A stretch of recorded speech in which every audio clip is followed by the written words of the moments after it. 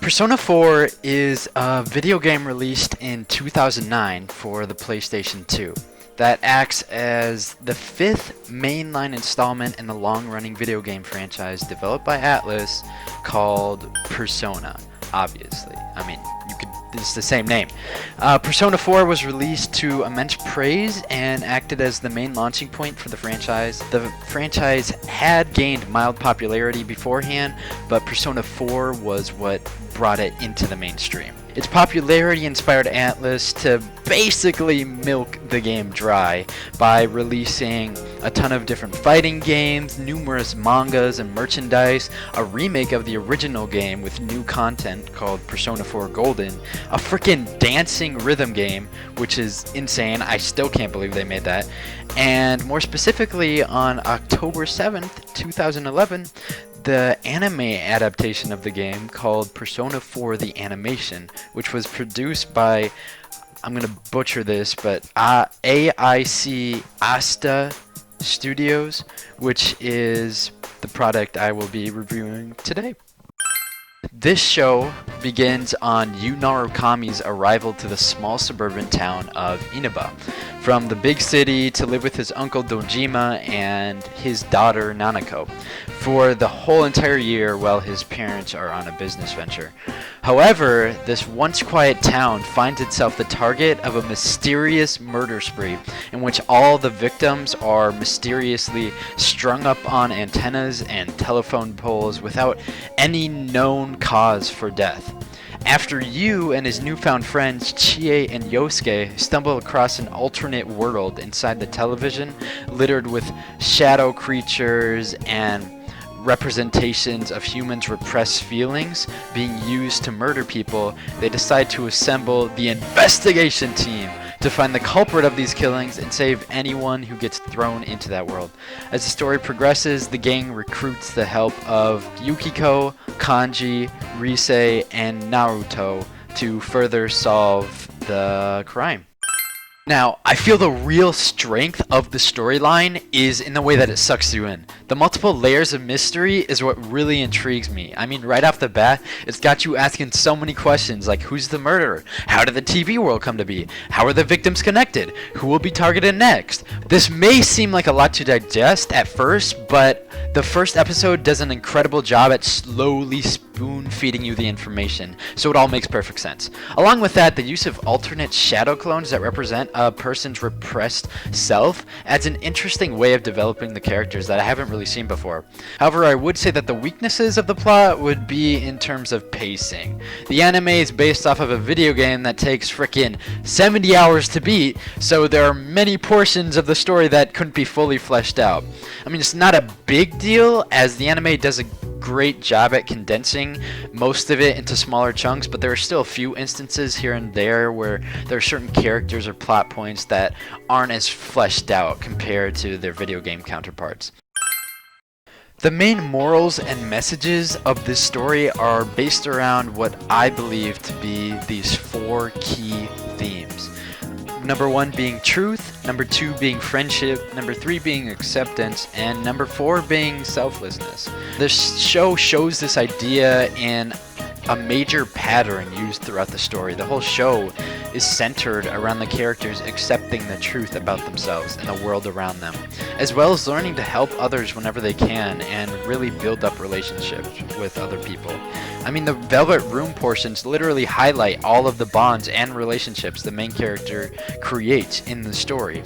Speaking of bonds, the most important of these characters involved in the story would have to be the whole cast of the investigation team. I mean, every member acts as a gradual step to getting closer to finding the culprit. Each victim adds a new personality to the group and offers their own abilities in both combat and investigations. Plus, the story revolves all around the idea of building relationships with others, which helps build up the climactic final battle when everyone the main characters help throughout the story motivates him to give the final blow.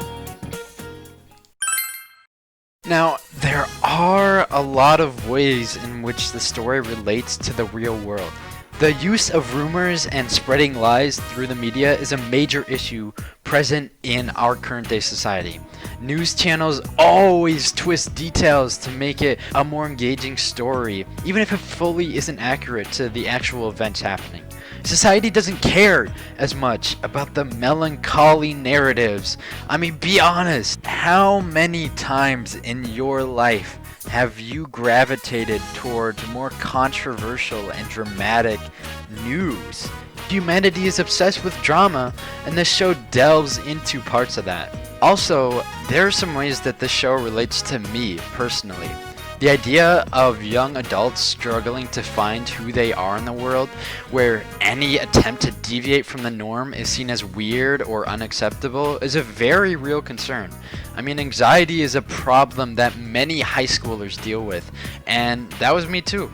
I mean, I still deal with it, but I think I'm making progress to better myself and lessen my insecurities. In fact, Yosuke is actually the character I most relate to out of the whole bunch.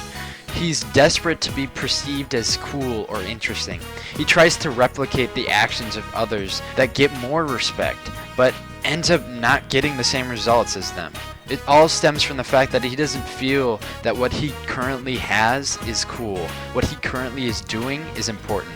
He thinks that if he can be like those he perceives as popular, then he will be able to be popular as well and not be ignored. And that's something I've struggled with too. Constantly feeling that I'd be accepted if I did what the popular people did, instead of just allowing my own unique qualities to captivate people. He also makes a lot of questionable comments, which may or may not be me too. In terms of emotional reads, this show definitely has its moments.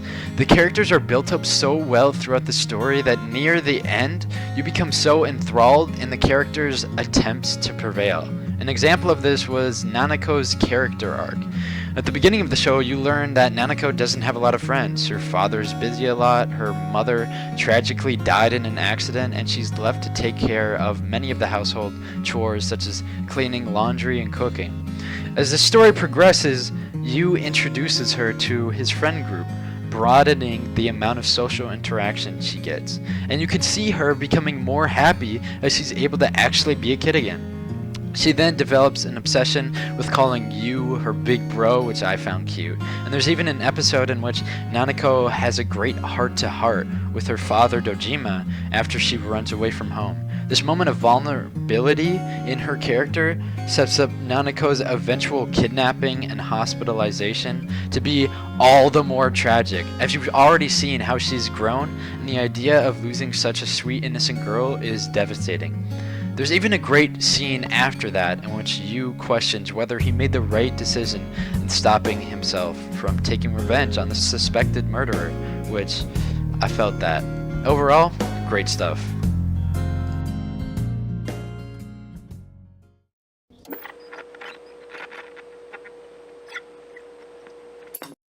All in all, I find Persona 4 the animation to be such an inspiring and moving story.